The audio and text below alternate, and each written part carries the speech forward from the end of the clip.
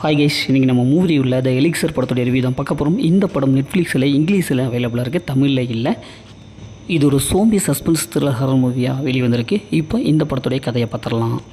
இந்தோனேஷியாவில் ஒரு வயதானவர் இருக்கார். ஒரு 60 வயசு இருக்கும். இவங்களுக்கு 2 பசங்க இருக்காங்க. உடனே அவர் ஒரு ஆராய்ச்சி ஒன்று பண்ணுறாரு. அது என்னென்னா, தன்னுடைய அந்த முதுமையை இளமையாக மாறக்கூடிய ஒரு டானிக் ஒன்று கண்டுபிடிக்கிறாரு. உடனே அதை அவரே ரிசர்ச் பண்ணுறாரு, அவரே எடுத்துக்கிறாரு. பார்த்தா இளமையாக வந்துடுறாரு. அவருக்கு ஒரு அழகான ஒய்ஃப் இருக்காங்க. உடனே அவங்க பசங்கள்லாம் பார்த்துட்டு ரொம்ப ஆச்சரியப்படுறாங்க.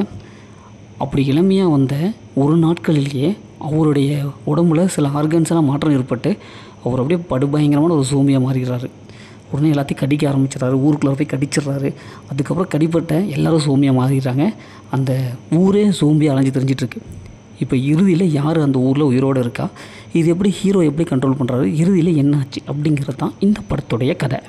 இந்த படத்துடைய பாசிட்டிவ் பார்த்தாவே கதை தாங்க. ஒரு வித்தியாசமான கதையை சொல்லியிருக்காங்க. அது ஜோம்பியோட கனெக்ட் பண்ணி சொல்லியிருக்காங்க. அது நல்லாவே வந்திருக்கு. இதில் நடித்து எல்லாமே சூப்பராக பர்ஃபார்ம் பண்ணியிருக்காங்க. குறிப்பாக இந்த படத்தில் அந்த ஜோம்பியாக மாறக்கூடியவர் ஃபஸ்ட்டு அவளை காமிப்பாங்க. அது பயங்கரமாக இருக்கும். அந்த ஜோம்பியாக அந்த விஎஃப்எக்ஸ்லாம் நல்லாவே வந்திருக்கு. அப்படி ஊர் பூரா சுற்றி தெரிஞ்சு எல்லாத்தையும் கட்டிக்கிறது கொடூரமான முறையில் காமிச்சிருப்பாங்க. படத்தில் நடித்து எல்லாமே சூப்பராக பர்ஃபார்ம் பண்ணியிருக்காங்க. குறிப்பாக ஹீரோ எப்படி இதை காப்பாற்ற போகிறாரு, ஒரு சேலஞ்ச் அப்படி எடுத்துக்க போகிறாரு அப்படிங்கிற மாதிரி காமிச்சிருப்பாங்க. அது நல்லாவே வந்திருக்கு. ஸ்க்ரீன் பிளே பொறுத்தளவுக்கு ஃபஸ்ட்டாக கடைசி வரைக்கும் அடுத்தது என்ன நடக்கும் அப்படின்னு சொல்லிட்டு அந்த ட்விஸ்ட் அண்ட் எண்டிங்லாம் நல்லாவே சொல்லியிருப்பாங்க. அது நல்லாவே ஓரளவுக்கு ஒர்க் அவுட் ஆகிருக்கு. படத்தோடைய பிஜிஎம் மியூசிக் நல்லாவே இருக்குது. அதேமாதிரி சினிமோட்டோகிராஃபிக் சூப்பரான விஷுவல் எஃபெக்ட் கொடுத்துருக்காங்க. இந்த படத்துடைய மைனஸ்ன்னு பார்த்தாவே கதை தாங்க. ஏன்னா வழக்கமான ஒரு ஜோம்பி கதையாக தான் இருக்குது. அதே டெம்ப்ளேட்டில் தான் எடுத்து வச்சுருக்காங்க. ஒருத்தர் கடித்த உடனே ஜோம்பியாக மாறுறது, அது கொஞ்சம் தவிர்த்துட்டு கொஞ்சம் வித்தியாசமான முறையில் சொல்லியிருக்கலாம்.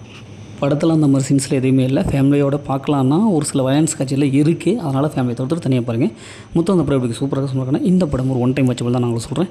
ஓகே, இதேமாதிரி இடத்து ஒரு புதிய மூவி ரிவீல்ஸ்